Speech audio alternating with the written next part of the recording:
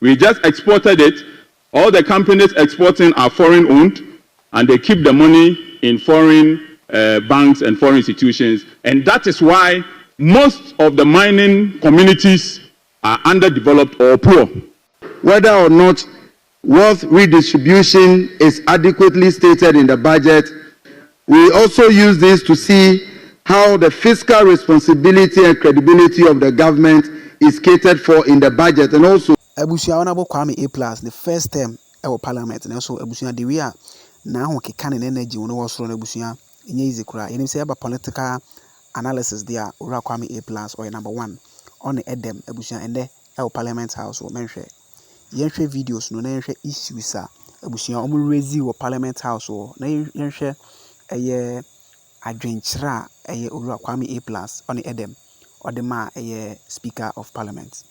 For the opportunity, my focus will be on strategy to transform Ghana's economy through the 24-hour economy program and how we can deal with our enclave economy.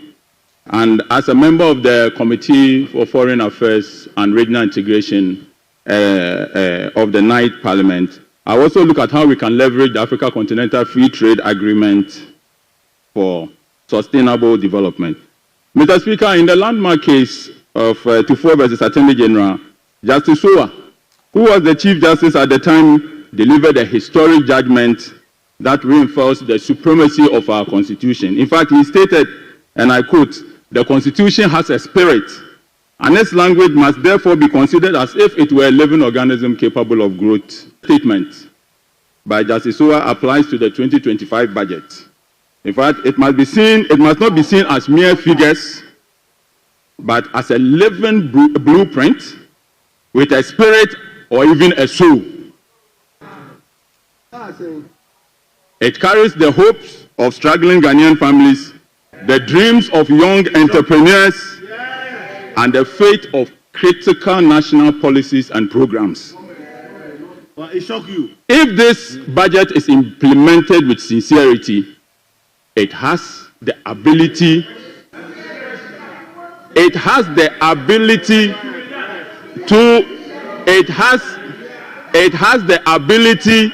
to breathe life into the economy that they put on life support. Mr. Speaker, in 2024, we declared a trade surplus of 44.7 billion.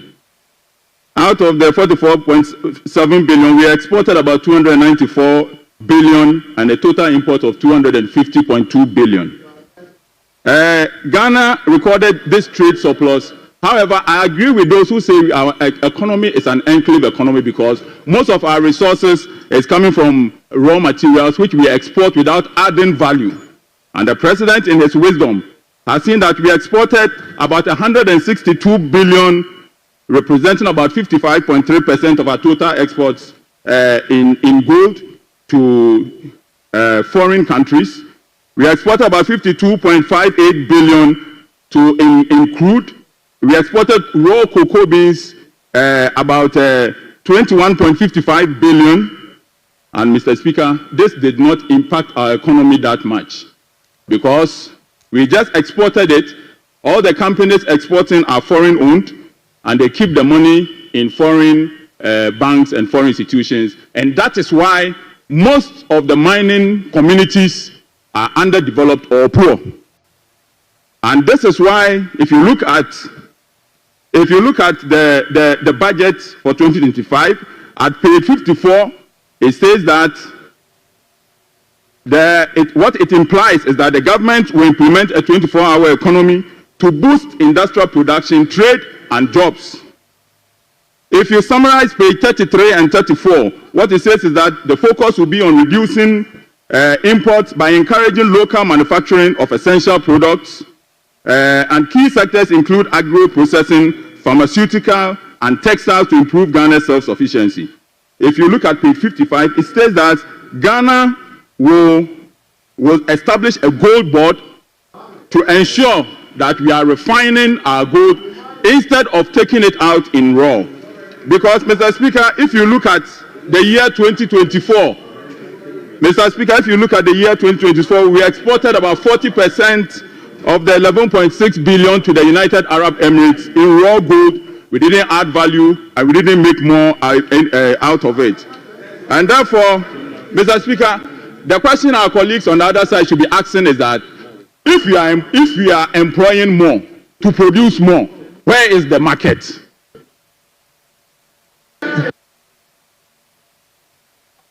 Mr. Speaker, the question our colleagues on the other side must be asking is that if you are going to employ more to produce more, where is the market? Because our economy is not big enough to absorb all that we are going to produce. And the answer is with them, because in 2018, on the 10th of May, Ghana and Kenya were the first countries to ratify the Africa Continental Free Trade Agreement.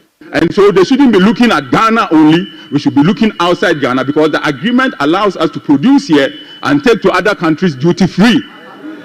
Mr. Speaker, the population of China is 1.4 billion.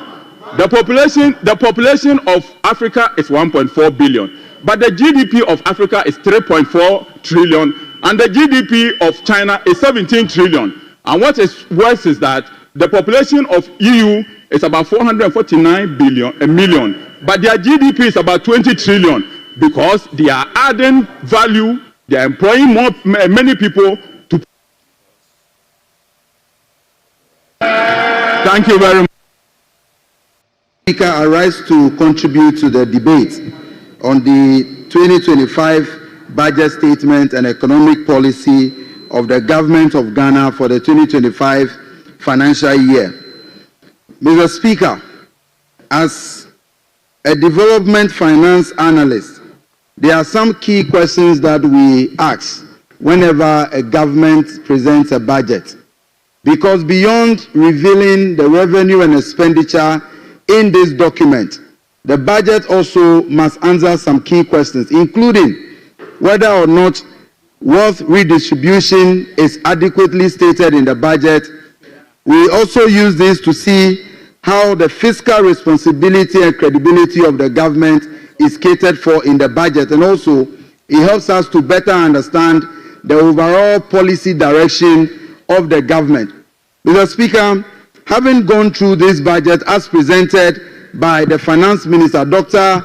Ato Forson, I must say it is a budget that meets all requirements, and it's a budget that indeed revives hope in us as young people of the Republic. Mr. Speaker, let me begin with the education sector, and I will say briefly that with the budgetary allocation to the education sector, it represents 11.89%. It tells you that government is committed to ensuring that SDG 4, which is about ensuring that accessibility, quality, and affordability is achieved in education, is catered for in this budget. And so President Mahama has demonstrated his commitment to the achievement of SDG Goal 4. Again, when you talk about issues of unemployment, Mr. Speaker, I believe that this budget has adequately made provision for the creation of jobs. I have heard my colleagues on the other side, the NPP minority, made arguments about a net freeze on employment. But indeed, Mr. Speaker, one thing that they refuse to let the media know is that the very paragraph that they refer to and say there is a freeze on employment is a paragraph that states that government will ensure that all conditionalities in the IMF agreement are met. We all know, and it is trite knowledge, that the IMF conditionality or the program that we refer to is a program that they sign on to. And Mr. Speaker, I must say that when you go to 2022-2023 budgets presented by the previous administration, this same paragraph was there, because as part of the IMF conditionalities, there was a net freeze on employment. But President Mahama did not only promise employing young people into the civil service or into the public sector, he promised to create sustainable jobs. Now in this budget, various allocations have been made to cater for job creation. I will start with the 100 million allocated for the National Codex Program. The Honorable Minister for Communications has already mentioned. Mr. Speaker, the 100 million Codex Program is an innovative and transformational program that will raise 1 million young people, young coders. These people will be equipped with digital skills and they will be able to generate jobs on their own. We all live, Mr. Speaker, we all live in a digital economy, and the youth bulge in Africa, where predictions are that by 2030, about 2 billion of Africa's youth populations will be young people. It is only through these digital skills that they can be self-sustaining and create jobs for themselves. We also have another 300 million allocated for National Apprenticeship Program. Mr. Speaker, when you come to a constituency like mine, conclude. Thank you, Mr. Speaker. When you come to a constituency like mine, Getrude North, there are many young people who wish to learn various skills, like they want to be tailors or seamstresses, some want to do hairdressing and all of that. But because of lack of support, they are sitting at home or they are idling about. With a 300 million allocation to the National Apprenticeship Program, Mr. Speaker, a lot of young people in this republic will have the opportunity to learn skills and employ themselves. Mr. Speaker, in conclusion, I must admit that the budget as presented by Dr. Ato Forson is a budget of hope. It's a budget that will bring this country back on the path of progress, and it's a budget that will create jobs for the unemployed youth in this country. Thank you for the opportunity. Mama Pat, thank you.